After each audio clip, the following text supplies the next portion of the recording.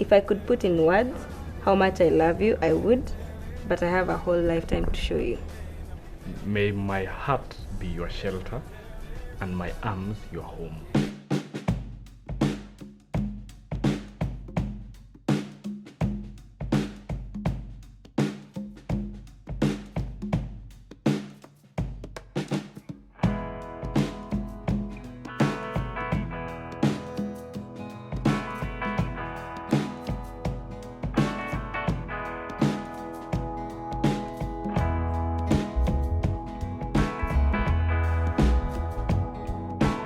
The bridesmaids and the maid of honor, they helped dress me.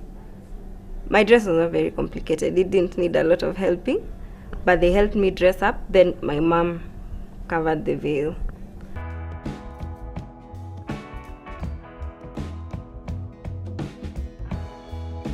Around 10 minutes past 9, the security guy started singing. Then I knew this was it. Then I heard people saying, they want to sit down and eat. And I wondered, what? We need to go. If people sit down to eat, we'll stay here for another half hour. And we had already told the bishop we'd be there on time.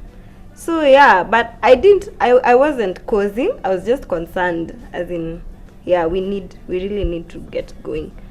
So we went to the corridor. Guys were just singing and dancing. Huko nje. So us guys in the corridor, we put our own music and started dancing.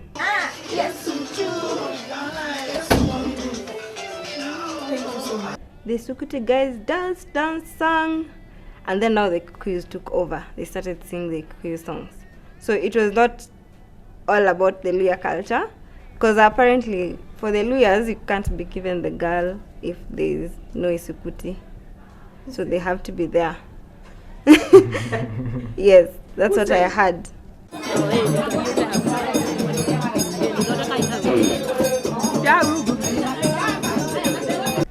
Then there was a little ceremony outside there for handing over. My parents handed me over to his parents. We said a prayer, then we left. But apparently now I was finding out from the photos, while I was inside there was another ceremony that took place outside. His parents came in with the traditional stools and a fly whisk, and they presented them to my parents. I hear it's also part of your traditions, yeah? Yeah. I was actually shocked when I saw the stools. I saw some photos with 2 stools and a fly whisk, and I was like, this has to be tradition, because she hadn't mentioned it from her side and had not heard it from my end.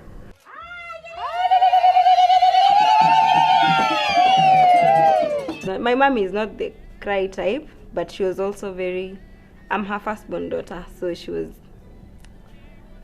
feeling nice. At the same time, I think she was also thinking, this is it.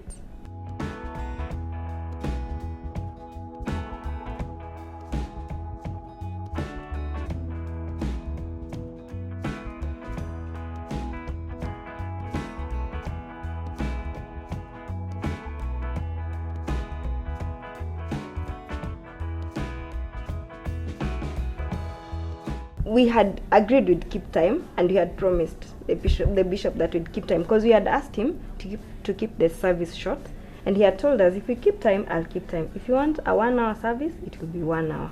If you want 2 hours, it will be 2 hours, but just keep time. So when I arrived, there were people, but there were not that many, because of course people usually expect a wedding will start late. So we just stayed there. We actually said that I could see him, because he came and stood next to the car, because he was also at the entrance, but he was not allowed to peep. I'm feeling excited. I can't wait to just say the vows and the wedding is done, yes. I'm happy. First, I'm overjoyed because I'm marrying the love of my life. 2, I have no butterflies at all, contrary to what people believe. Probably it will hit me when I'm doing the vows, but I have no butterflies at all. She doesn't dance that much, but today, be sure she will, yes. When I came out of the car, before the bridesmaid had got to the front, so I could see them dancing, and when I looked at the decor, I was so happy, because we had asked for damask clothes, and I was really hoping they'd deliver. If they didn't bring damask fabric, it would have appeared so plain. because there were no flowers and the color scheme was also a bit dull. So yeah, and I just saw the damask fabric alternating on the pews, and I was, this is it. This is what I wanted. Like I found the one. Say you'll be my lover, please. It's called Yes No by someone called Banky W. So we did, it's an instrumental version. They went in dancing. We wanted a dance wedding. I went in with All of Me by John Legend, but it was being played by a live band. We got to the front. I looked at him, and the first thing he said was, what he said, Nakapua. She was not wearing her specs, and she did not get contacts. So clearly, this was all natural. No artificial stuff, just very slight makeup to complement. And the dress was perfect. It was pure white. Also said I didn't have contacts. I was supposed to get them the previous day, but there were a lot of things going on. So that day, I was just going to be without my specs the whole day. I'm short-sighted, so I can't see far. So how did I look? Beautiful. She looked very beautiful. Please confirm with the congregation. Yes. She's the one, eh? Many things were running through my mind, like I get to share everything with her now. In front of all these guys, they know that this is the lady I chose, and this is the lady I want to spend the rest of my life with. Not just a wife, but a friend. I was actually happy, and I felt honored, and I felt my parents are handing me over in public. I've done them a great honor. I think that's the point. It dawned on me that this is actually happening. 2 days before the wedding, my dad came and told me, your wedding is being officiated by the bishop. And it's a very big thing, because no other wedding in that church had been officiated by a bishop, so it was the first. I was really afraid, because guys might know it's the bishop coming, and he kind of steals the show. Like, people concentrate more on the bishop than concentrate on the ceremony. And it went okay. Yes, he's the Bishop of Kajiado Diocese. Plus, he allowed us to do our own vows. The Anglican Church especially, it's very hard for them to let you do your own vows. You're not the air that I breathe, you're the sweet scent that drifts upon it. You're not the sound that I hear, you're the music of my life. You're the love of my life. I promise to make our house the home that you always want to come to. From this day forward, you shall not walk alone. May my heart be your shelter and my arms your home. Unfortunately, on the day of the wedding, I forgot to carry my vows. I felt so bad. I think I changed my. If there's something I'd change about the wedding, I'd carry my vows, because I had to say them often and I missed. I didn't really say what I had written, and I felt so bad. The bishop is a very soft-spoken person. His sermon was very short. I think it was around 10 to 15 minutes. Yeah. Honestly, I don't remember. Do you? Me too. I remember listening in very keenly, but for some reason, it was sinking, but at the same time, not really coming into my conscience. Because she even told me, "You're looking very serious when the bishop was preaching." I was like, "Yeah, I was. Don't ask me what I had." The signing of the certificate, that's for government, really. But the real thing had already been done. We had said the vows before God. And for me, I think that's more binding. It's more formal. It's a way of just making sure people in the government know that you're married. But as she said, the vows were very crucial for us. The wedding was over, basically. If anything else went wrong after that, we were married. Yeah. Yeah.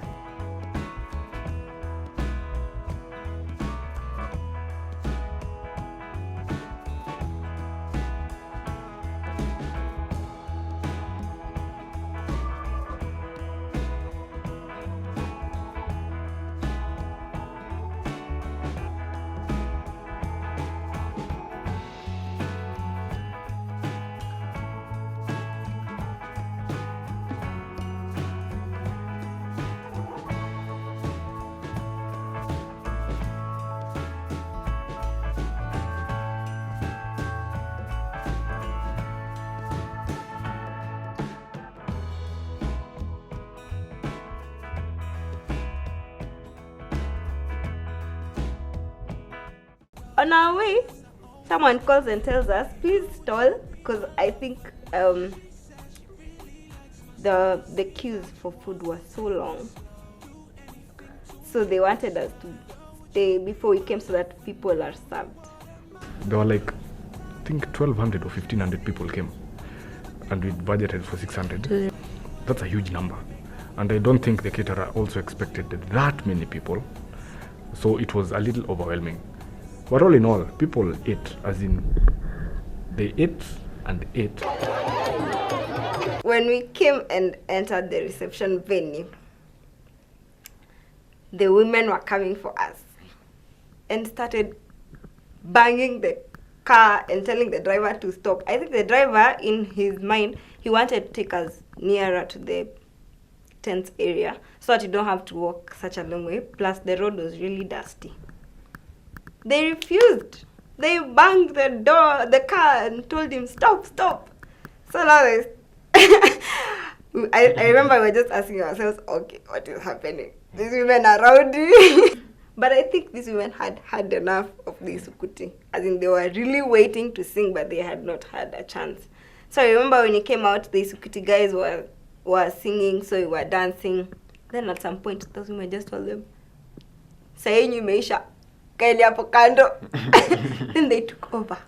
Just continued dancing and insisted Jimna's mom had to come and I think receive me. I think it's a ceremony of sorts. So yeah, then once she came, by the way, they were okay. The DJ now took over.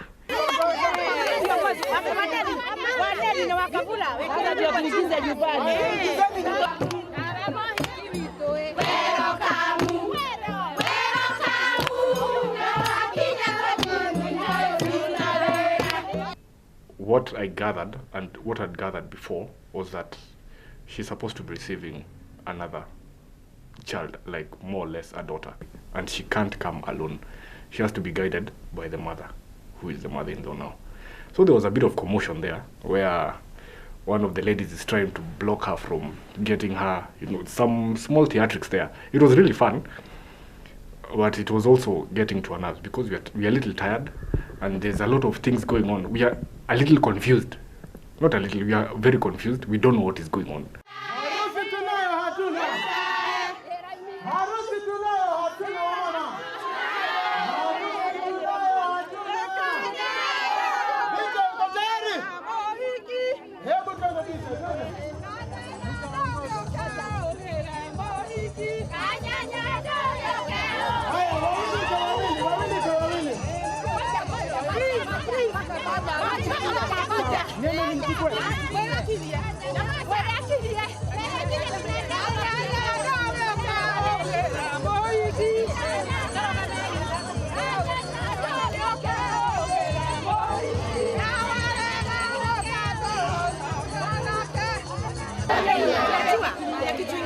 Kama mama kijana kitu kuchukua kitu bibi harusi hatuta dance hiyo.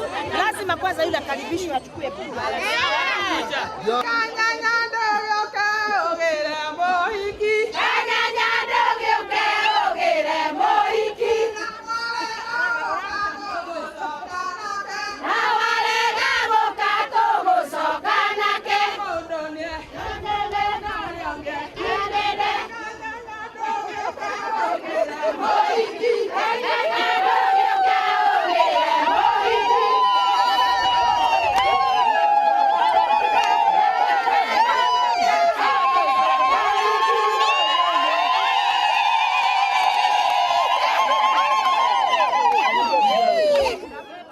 Before even the food, the dancing, that's where the dancing began. Yeah.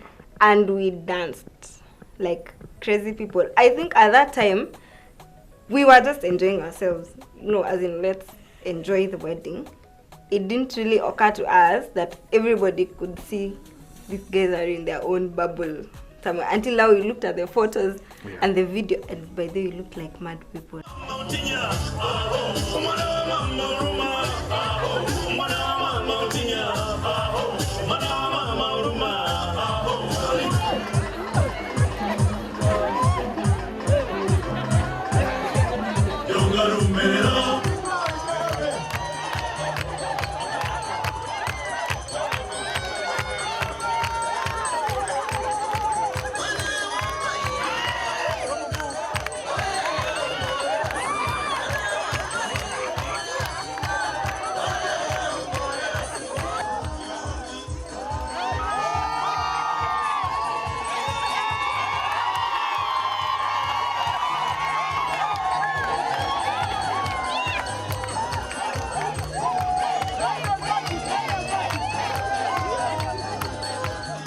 MC, the first meeting we had told him our theme is music and dance, and we'd like to have a flash mob. So that was it. He told us, okay, fine, I'll make it happen.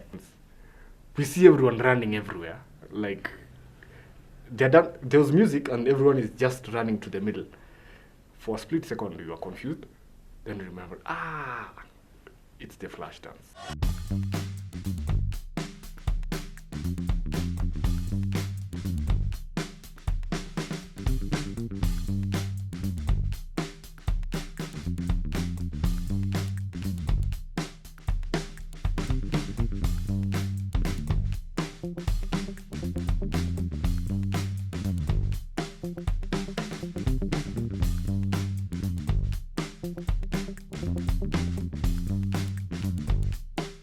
Then guys pushed us in the middle and started dancing. At some point, the men lifted Jimla up and started throwing him up. Then I hear the lady saying, wameinua Jimla, hata si tuinue na ujui. Woo! Juu kila mtu. She's a grandma. She's really old. When groups were being told to bring their gifts, she came with them. And she really boogied, like she danced like never seen before. She even went down, yes.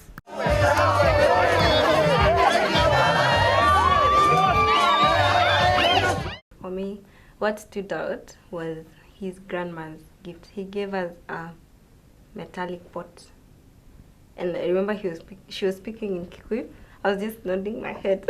The gifts were really thoughtful. Everyone had been telling us, by they expect a lot of utensils, a lot of wall clocks, a lot of glasses and cups. Yeah. Amazing. We didn't even get a wall clock. Not even one. Not even one. There's someone who gave us a hissing kettle. A whistling kettle. That was so unexpected. Yeah. Nori, we are sending you with a textbook called Spiritual Arithmetic. I know that one you have not learned it in school because it is not taught under normal education system. That one is learned in marriage. Now, and that textbook has got only one dominant mathematical sign, and that is multiplication.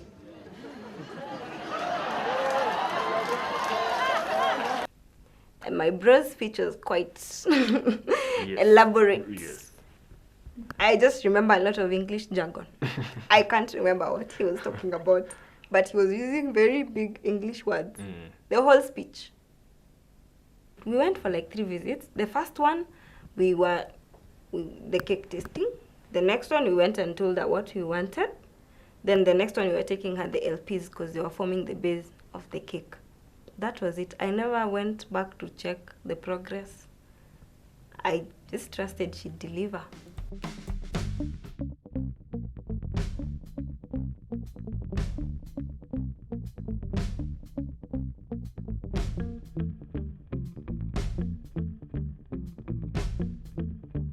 It was in 2009. I had just moved to Nairobi from Kisumu, and I sing. Okay, or maybe I used to sing a lot. I don't sing a lot nowadays. So when I moved to Nairobi, I was looking for a place to sing. That doesn't necessarily have to be church. So a friend of mine told me there are these auditions that are being held. So if I'm interested, I could go. It was a band for some organization. It's called Some Africa. So they used to organize conferences for university students. So I went into the audition room and I find around 5 guys, and he was one of them. In February 2010, that's when he asked me officially out. Yes. We went, we ordered, it was just a normal dinner, we ate. After we had eaten, he told me to close my eyes. So I closed my eyes. Then when he told me to open my eyes, he had placed a pack of cards on the table. And they were made into a booklet. So on the top, it was written 52 reasons why I love you. So I figured reason number 52. Then, in fact, I almost didn't open the next page because I thought it was done. As in, I opened it as an afterthought. You know, they watch on your page nini. So when I opened, it was reason number 53. It was number 53. He had written, "Will you marry me, Noreen Musimbi?" I threw the book at him. He came and knelt on one knee and asked me the question. And I nodded. And he said, "That's not a yes." I need to hear it. So yeah, I said yes.